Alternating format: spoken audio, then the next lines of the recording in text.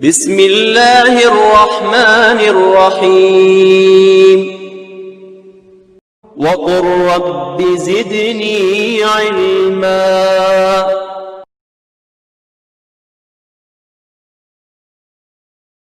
الحمد للہ رب العالمین والصلاة والسلام علی قائد الغر المحجلین نبینا محمد وعلی آلہ وصحبہ اجمعین وبعد۔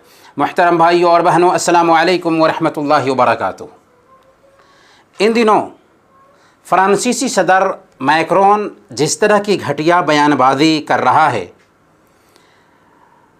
اللہ کے نبی صلی اللہ علیہ وسلم کی اہانت کرنے والوں کا ساتھ دے رہا ہے، یہ معاملہ مہذب دنیا کے لیے قابل افسوس ہے۔ اظہار خیال کی آزادی اچھی بات ہے۔ ایک انسان کو زبان اور قلم کے ذریعہ آزادانہ طریقے سے اپنے ما فی الضمیر کی ادائیگی کا حق ہونا چاہیے، لیکن دنیا کے تمام دانشوروں کا ماننا ہے کہ انسان کو پورے طور پر آزادی نہیں دی جا سکتی۔ کیا کوئی برداشت کرے گا کہ اس کی ماں کو کوئی گالی دے یا سخت سست کہے؟ کیا کسی ملک کے حکمراں یہ برداشت کریں گے کہ اس کی رعایا میں سے کوئی ایک اس کی حکومت کو چیلنج کرے؟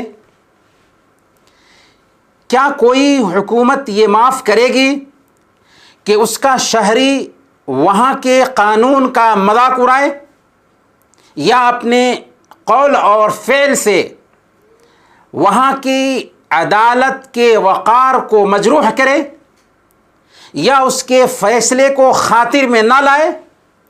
جواب ظاہر ہے کہ قطعاً اس کی اجازت نہیں مل سکتی، اور جو بھی اس قبیل کے جرم کا ارتکاب کرے گا وہ حکومت کا باغی سمجھا جائے گا۔ جب کوئی آپ کی ماں کی اہانت کرتا ہے تو آپ کو برداشت نہیں ہوتا، جب کوئی حکومت کی اہانت کرتا ہے تو آپ کی غیرت چاک اٹھتی ہے۔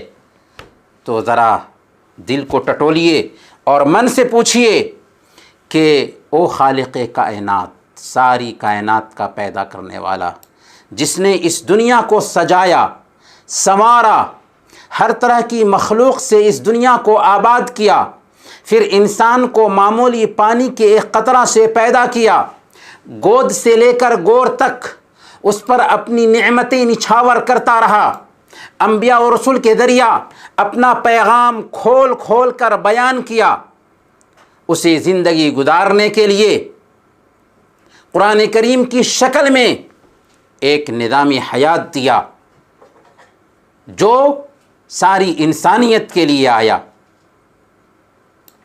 آخری نبی محمد صلی اللہ علیہ وسلم کو رول ماڈل کے طور پر ساری انسانیت کے لیے نمونہ بنا دیا۔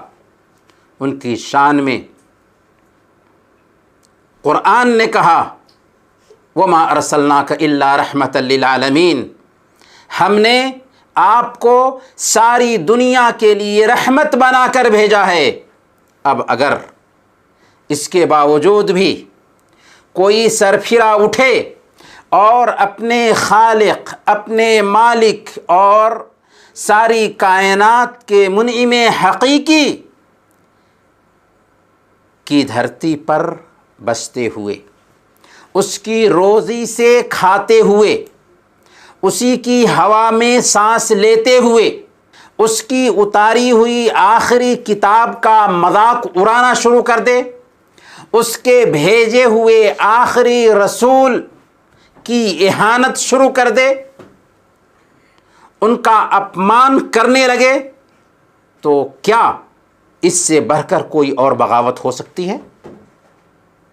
یہ صرف لاسٹ میسنجر کا اپمان نہیں بلکہ اس کائنات کے پیدا کرنے والے کا اپمان ہے۔ اس لیے ایسے انسان کو دھرتی پر جینے کا حق نہیں ہونا چاہیے جو دھرتی کے پیدا کرنے والے کے قانون کو چیلنج کرے۔ آپ کو نہیں ماننا ہے، مت مانیے، آپ کو کوئی زبردستی نہیں کرتا ہے، آپ جہنم میں جانا پسند کرتے ہیں، آپ کی مرضی، لیکن آپ کو یہ حق نہیں بنتا ہے کہ آپ دنیا میں پائے جانے والے مسلمانوں کی دل آزاری کریں۔ لیکن اظہار خیال کی آزادی کا مطلب یہ نہیں ہے کہ ہم دوسروں کی دل آزاری کریں، ان کے مذہبی جذبات کو ٹھیس پہنچائیں، ان کے دین کو برا بھلا کہیں۔ آزادی کے بھی کچھ حدود ہیں، اس پر بھی کچھ پابندیاں ہیں۔ اگر اس آزادی سے کسی کو نقصان پہنچ رہا ہے یا کسی کی توہین ہو رہی ہے تو اس کی اجازت قطعاً نہیں دی جا سکتی۔ ہم مسلمان ہیں، ہم سارے انبیاء کی قدر کرتے ہیں، ان کی عزت کرنا ہمارے ایمان کا حصہ ہے۔ ہم اس الزام کو بھی کنڈم کرتے ہیں، اس الزام کو بھی رد کرتے ہیں جو بائبل نے انبیاء اور رسل پر لگایا تھا، اور ہم اسے غلط سمجھتے ہیں۔ ہمارا دین تو ایسے لوگوں کے بھگوانوں کو بھی برا بھلا کہنے سے روکتا ہے جو مورتیوں کی پوجا کرتے ہیں، اینٹ پتھر کے سامنے سر ٹیکتے ہیں۔ سورہ الانعام آیت نمبر 108، وَلَا تَسُبُّوا الَّذِينَ يَدْعُونَ مِن دُونِ اللَّهِ فَيَسُبُّوا اللَّهَ عَدْوًا بِغَيْرِ عِلْمٍ۔ اے ایمان لانے والو، یہ لوگ اللہ کے سوا جن کی پوجا کرتے ہیں انہیں گالیاں مت دو، کہیں ایسا نہ ہو کہ یہ شرک سے آگے بڑھ کر جہالت کی وجہ سے اللہ کو گالیاں دینے لگ جائیں۔ لیکن ہمیں اس طرح کی کارروائیوں کے پیچھے جو مقصد ہے اس مقصد کو سمجھنا ہوگا۔ وہ اصل میں اسلام کے فروغ سے بخلاہٹ میں مبتلا ہیں، انہیں اسلام کا پوری دنیا میں پھیلنا پسند نہیں آ رہا ہے، اس لیے وہ ایسی مجرمانہ کارروائی میں مشغول ہیں۔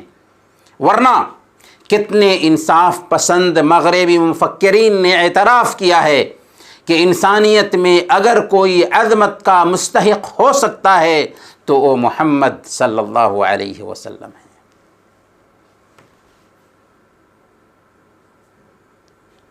آپ وہ عظیم انسان ہیں جن کے جیسے اس دھرتی پر نہ کوئی پیدا ہوا اور نہ ہی قیامت کے دن تک پیدا ہو سکتا ہے۔ آپ آدم علیہ السلام کی اولاد کے سردار ہیں۔ آخر اس سے بڑھ کر عظیم انسان کون ہو سکتا ہے جو ایک دن اور 2 دن نہیں، لگاتار 23 سال تک انسانیت کی خیر خواہی کے لیے تڑپتا رہا۔ پھر وہ دن بھی آیا کہ جن لوگوں نے آپ کی مخالفت کی تھی اور مخالفت میں ایری چوٹی کی بازی لگا دی تھی، وہی لوگ پشیمان ہوئے، شرمندہ ہوئے اور آپ کو اپنا خیر خواہ سمجھتے ہوئے آپ کے پیغام کو لے کر ساری دنیا میں پھیل گئے، کیونکہ ان کو یقین ہو گیا تھا کہ آپ ساری انسانیت کے لیے رحمت بنا کر بھیجے گئے تھے۔ آج بھی اگر انسانیت محمد صلی اللہ علیہ وسلم کو پہچان لے، جان لے، تو ایسی حرکت نہیں کرے گی، بلکہ ان کی تعلیم کو، ان کے پیغام کو اپنے گلے کا ہار بنا لے گی۔ یہ مجرمانہ حرکت اللہ کے نبی صلی اللہ علیہ وسلم کو کچھ نقصان نہیں پہنچا سکتی، کہ اللہ پاک نے خود آپ کی شان بڑھائی ہے، آپ کے ذکر کو بلند کیا ہے، آپ کے مخالفین کے لیے ذلت اور رسوائی مقدر کی ہے۔ مذاق اڑانے والوں کو اللہ پاک نے اپنے انجام تک پہنچایا ہے اور پہنچا کر رہے گا۔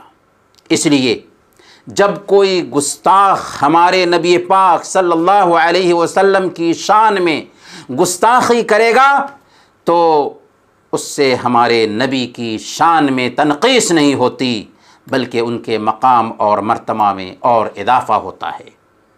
بلکہ آپ صلی اللہ علیہ وسلم کی اہانت کرنے والوں کی مثال ایسی ہی ہے جیسے کسی نے آسمان پر تھوکنے کی جرأت کی تو تھوک اس کے چہرے پر آ گرا۔ تجربات بھی شاہد ہیں کہ اس طرح کی نادیبہ حرکتوں کا انجام ہمیشہ بہتری کی شکل میں سامنے آیا ہے۔ ہمیں اللہ کے فرمان پر یقین رکھنا ہے، لا تحسبوہ شرا لکم بل ہوا خیر لکم، اسے اپنے لیے برا نہ سمجھو بلکہ یہ تمہارے لیے بہتر ہے۔ وصلی اللہ علی نبینا محمد وعلی آلہ وصحبہ اجمعین۔